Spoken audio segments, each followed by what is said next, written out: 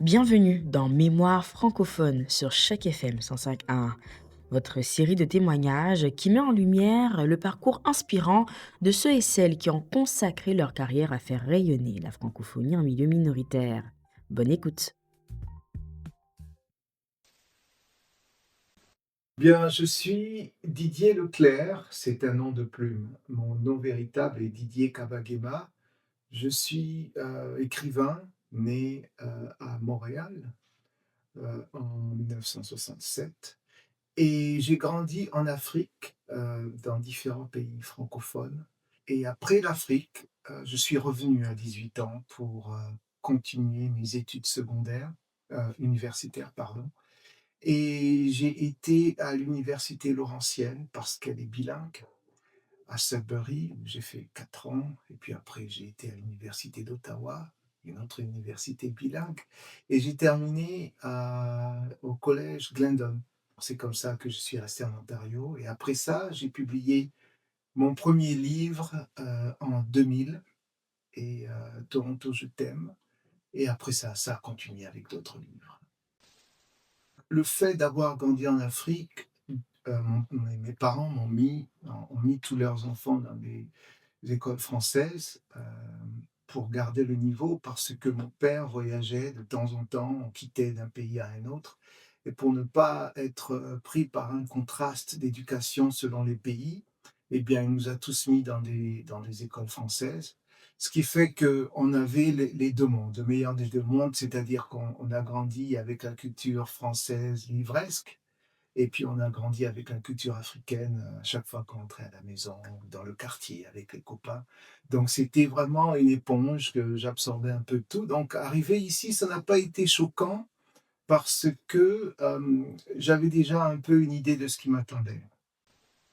Bien, ce qui pourrait dire qui m'a marqué, c'est le fait que, l'astuce, pas la fantaisie, des Africains avec la langue française. C'est-à-dire que ce que j'apprenais à l'école n'était pas exactement ce que j'entendais avec les copains dans le quartier. Donc c'était du français, mais à leur façon. Donc c'est une des choses qui m'a beaucoup plu, mais qui m'a aussi beaucoup, appris sur la flexibilité de la langue. Pour la petite histoire, je ne savais pas que j'étais canadien avant l'âge de 10 ans. Parce que mes parents, en quittant, ne savaient pas que, étant donné qu'ils avaient eu un enfant au Canada, eh bien, leur enfant était canadien. C'est purement par accident que mon père a demandé, il a rencontré un Canadien et en discutant, il a dit, vous savez, j'ai un fils qui est né dans votre pays parce que j'ai étudié là-bas. Et là, le monsieur a dit, bien, il est canadien. Donc, c'est vers l'âge de 10 ans que j'ai commencé à être canadien. Alors, quand je suis arrivé ici, il fallait que j'aille chez mon oncle et mon oncle habitait à Toronto. Voilà comment, et pourquoi je suis resté, c'est parce que en essayant de faire mes équivalences avec le Québec, en ce qui concerne les études, c'était trop compliqué.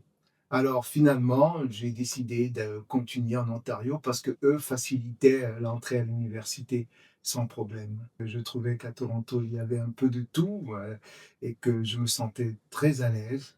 Alors je me suis dit: «Bien, puisque je me sens à l'aise, pourquoi aller ailleurs?» Alors donc, j'ai étudié à Ottawa et à Sudbury, mais après je suis revenu. Eh bien, c'était très intéressant parce que de parler aux francophones, c'est que mon aventure dans les médias ici, la première chose qui m'a surtout frappé, c'est que, heu, il fallait quand même connaître un peu l'anglais. Heureusement que j'avais passé quand même quelques années ici avant, donc j'étais pas complètement nul. Et donc il y a ça, mais je pense que ce qui m'a aussi plu et que j'ai beaucoup aimé, c'est que j'ai vu la résilience des gens, le désir de garder leur langue, d'avoir des activités. Le monde francophone est là, mais il faut vouloir, le pénétrer et le fréquenter. Et en tant que quelqu'un des médias, j'entrais tout le temps dans ce monde-là. C'était fascinant. Je dirais que oui, c'est sûr que ce que j'ai vécu, les difficultés comme, les victoires se retrouvent dans ce que j'ai écrit. Donc oui, en effet, il y a cet effet de parler de l'adaptation, de l'identité, du fait de se déclarer de quelque part. Je n'ai pas, la maîtrise de ma langue rwandaise, parce que j'ai vécu à l'extérieur pendant si longtemps. Ce qui fait que, ce genre de questions, me perturbait un peu et j'essayais de comprendre, d'essayer de m'identifier et donc, ça m'a quand je suis arrivé ici, j'ai compris qu'on peut tout à fait être de quelque part et aussi d'autre part. C'est-à-dire qu'il n'y a pas une barrière. On peut être d'un pays et d'un autre. Ce n'est mais au départ, on n'a pas cette idée. On a un peu peur de trahir. Et j'ai compris que ça n'existe pas. Il n'y a pas de trahison. On peut être de 2 pays ou de 3 pays, c'est possible. C'était pas ici en Ontario que j'ai eu le plus de difficultés. C'est parce qu'au début, j'ai essayé de publier en Europe. Alors, quand j'ai publié, j'ai sorti, j'avais fini mon premier livre, enfin, c'était pas mon premier, mais disons le premier qui va être publié. J'ai, j'ai commencé à envoyer ça, dans les maisons d'édition françaises. J'avais des refus automatiques et à un moment donné, j'ai dit: «Bien, pourquoi pas essayer?» Parce que j'ai compris qu'ils ne comprenaient pas ce que j'essayais de raconter, c'était pas leur monde. Donc je me suis dit: «Bon, je vais essayer avec ceux qui ont peut-être une idée de ce que c'est que, heu, parler anglais, français et autres langues et rencontrer quelqu'un d'Inde avec un turban sur la tête». À cette époque, c'était plus fréquent ici qu'en Europe. Alors, j'ai décidé d'envoyer ça à des maisons d'édition, d'ici, de l'Ontario et donc c'est comme ça que, j'ai eu une réponse positive du la maison n'existe plus, ça s'appelle, le Vermillon, ça s'appelle le Vermillon à Ottawa et ils ont répondu en disant qu'ils aimaient beaucoup. Ils m'ont suggéré quelques, changements mineurs.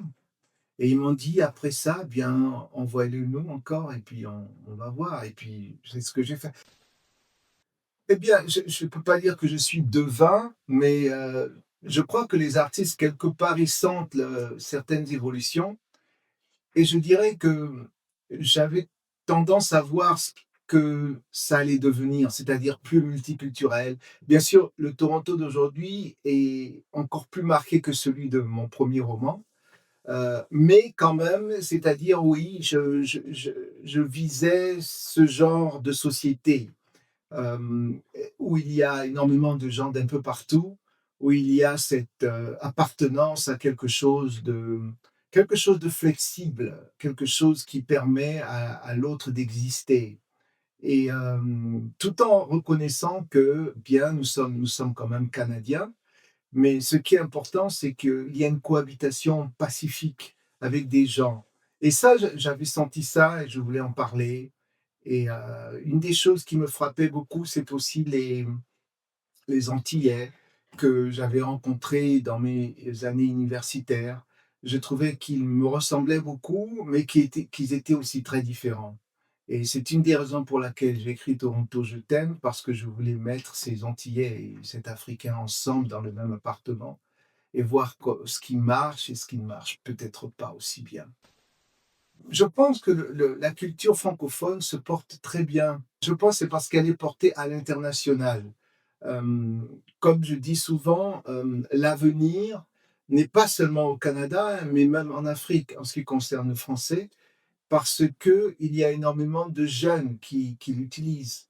Donc, je crois que cet avenir est quand même assez serein et que j'ai écrit en français simplement parce que c'est ainsi que je vois le monde, c'est ainsi que je suis inspiré et que, j'en ai fait ma langue maternelle très tôt parce que justement je vivais en dehors du Rwanda. Donc, il a fallu, reconnaître que le français est ma langue maternelle. Mon souhait, ce serait de pouvoir, inspirer d'autres jeunes à, se lancer dans les arts, pas forcément dans la littérature. Les minorités, ici, ont vraiment intérêt, je pense, à s'exprimer parce que il y a tellement de difficultés à se faire reconnaître comme Canadien à part entière. Ce n'est pas impossible, mais il faut vraiment s'imposer Donc je crois que si je peux les inspirer à pouvoir, dire, s'exprimer, ce serait bien. La francophonie torontoise, à mon avis, est quelque chose qui va non seulement perdurer, mais s'épanouir. Par exemple, quand je parle du festival du film, francophone, ou quand je parle du salon du livre, francophone à Toronto, eh bien, je remarque que ça ne diminue pas. Au contraire, l'événement prend de plus en plus d'importance.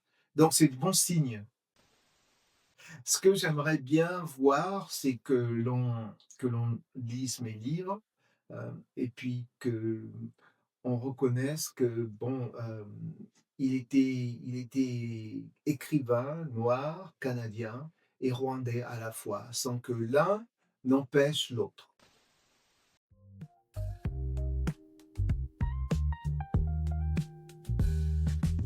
Vous regardiez Mémoire francophone, un programme financé en partie par le gouvernement du Canada.